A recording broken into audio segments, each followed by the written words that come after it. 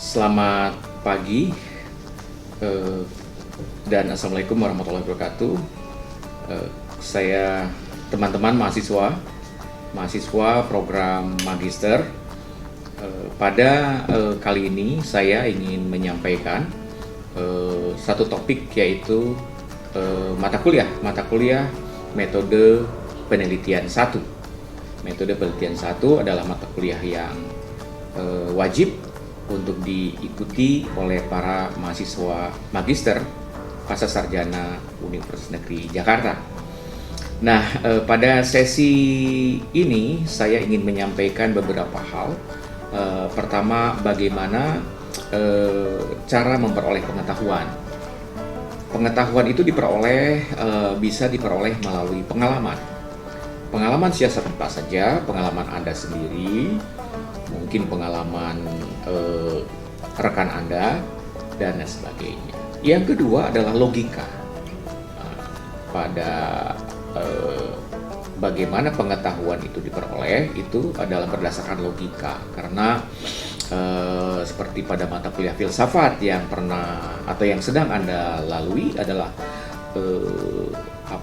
interaksi dialogis di perguruan tinggi, terutama di pasca sarjana, adalah lebih mengedepankan pada aspek logika, ya. Jadi itu.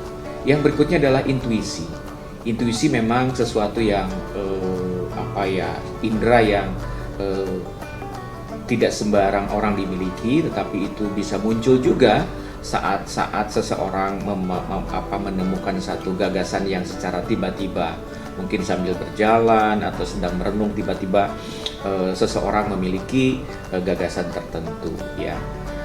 Yang berikutnya adalah ex post facto, ya. Jadi pengetahuan itu diperoleh melalui ex post facto, hasil-hasil riset-riset sebelumnya, ya, hasil-hasil pengetahuan sebelumnya.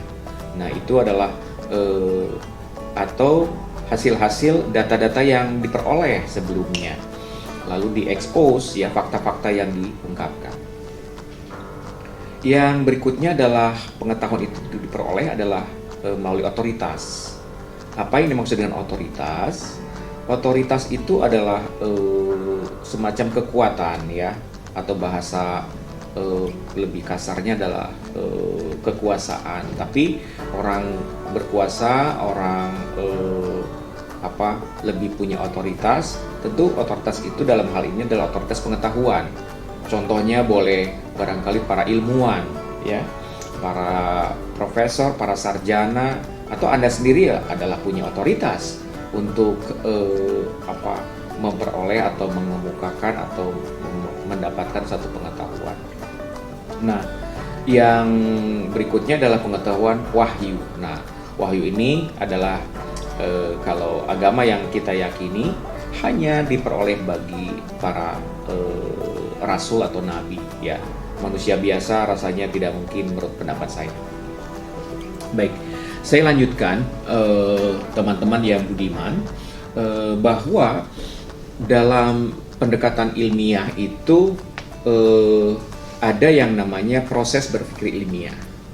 Dalam menemukan satu masalah adalah aktivitas bagaimana proses ilmiah itu diperoleh, yaitu dengan cara merumuskan masalah.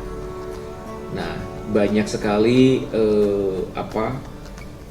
kasus-kasus atau pada umumnya yang saya pribadi alami adalah ketika akan memulai satu penelitian, kadang seorang mahasiswa itu mendatangi pembimbingnya atau promotornya, yang disodorkan itu adalah judul. Prof atau Pak atau Bu, ini judul penelitian saya. Nah, saya pikir itu kurang tepat. Saya katakan kurang tepat seperti apa? Karena judul itu tidak menggambarkan satu masalah.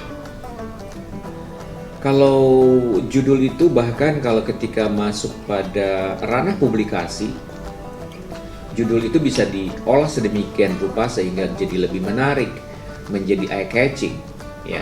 Bahkan saya selalu ekstrim mengatakan kepada mahasiswa bimbingan saya, besok Anda di wisuda pun kalau judul diganti-ganti itu tidak berpengaruh. Tetapi yang utama dan pertama adalah yang diajukan itu masalah.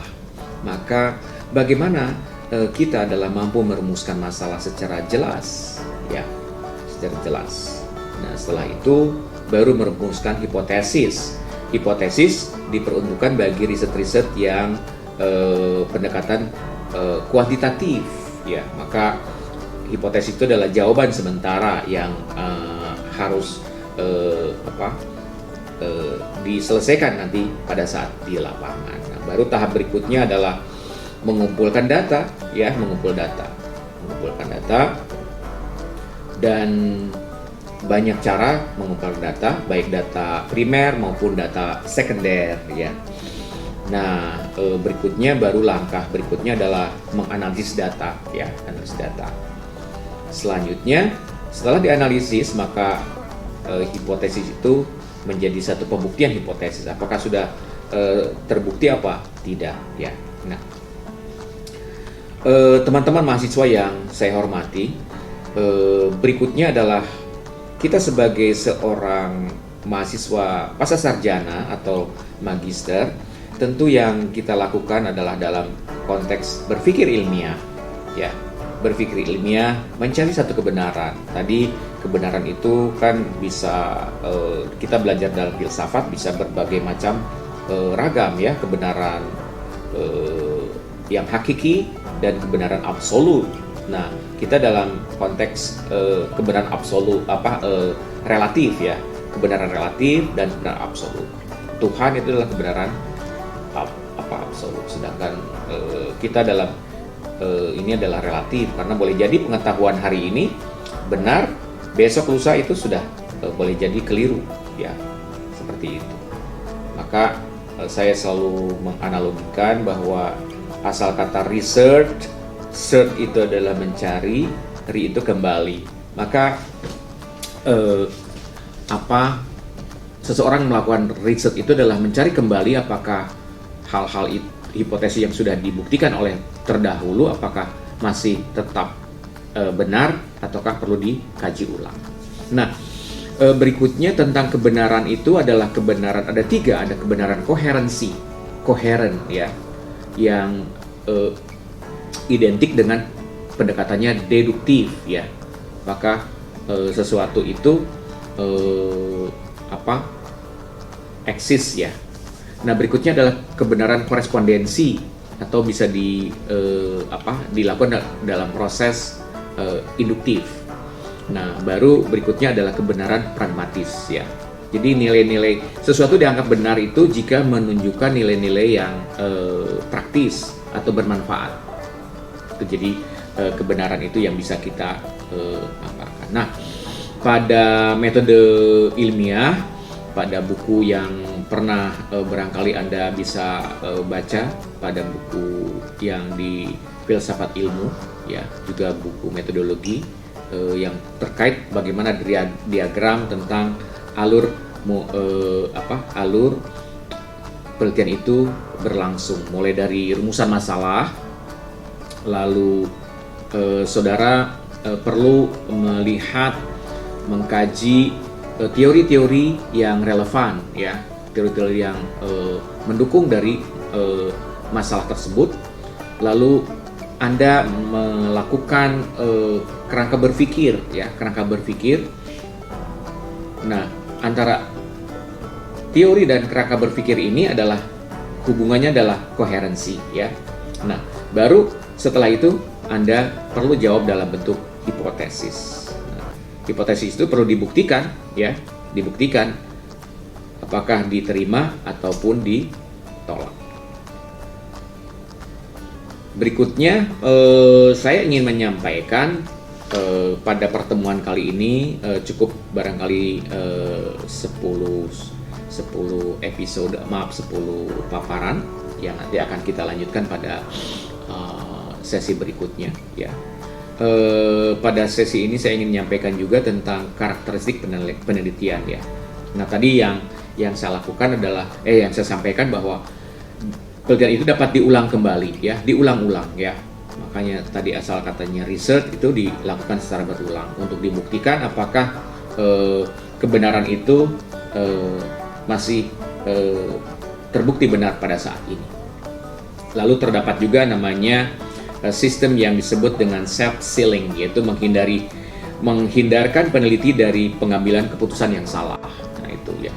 Jadi apalagi seorang tugas-tugas pemimpin itu adalah bagaimana mengambil keputusan. Nah, keputusan-keputusan itu perlu data-data yang akurat, perlu data-data yang tepat, perlu data-data yang baik. Maka tidak ada cara lain. Data-data itu adalah didasari oleh hasil penelitian itu yang lebih tepat. Dan karakteristik penelitian itu adalah proses bagaimana berdasarkan logika yang menyatakan bahwa ini tepat, ini benar. 1 tambah 1 itu 2, itu logika yang secara umum ya. Jika mendung boleh jadi akan hujan, itu adalah logika umum. Nah itu perlu dibuktikan ya, maka tidak ada cara lain adalah dengan pendekatan empirik, yaitu konsep atau teori atau itu perlu dibuktikan secara empirik. Nah pendekatannya itu bisa menggunakan pendekatan induktif atau deduktif yang ujung akhirnya adalah sesuatu yang objektif ya. Ada yang satu hal sebelum masuk pada sesi berikutnya adalah sikap kita sebagai peneliti ya. Sikap kita sebagai peneliti pertama itu harus skeptis, tidak begitu saja percaya sebelum diverifikasi ya. Nah maka jangan ya, kalau bahasa sekarang populer adalah kritis ya. Apa ya, bagaimana, mengapa, seperti apa, mempertanyakan ya, jadi skeptis. Nah mungkin nanti akan Anda rasakan sendiri pada saat proses ujian di mana para penguji bukan mau menjatuhkan, bukan mau untuk membuat Anda menjadi sibuk, tetapi memang sikap-sikapnya para ilmuwan itu adalah skeptis. Apakah yang Anda tulis itu bisa dipertanggungjawabkan? Apakah yang Anda tulis itu tidak mengandung kekeliruan? Maka terus dipertanyakan. Dan sikap peneliti adalah objektif ya, tidak memihak pada manapun jua, jadi objektif ya.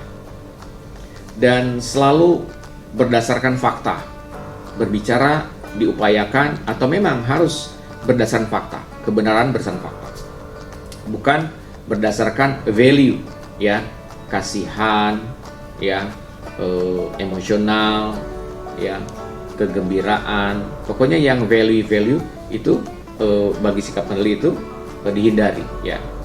Dan selalu berusaha untuk bekerja secara sistematik ya. Sistematik itu terurut ya, mulai dari yang kompleks mudah ke yang kompleks, mulai dari yang umum ke yang spesifik atau sebaliknya, dan selalu mengacu berdasarkan teori. Itu semua adalah tentatif ya, tentatif.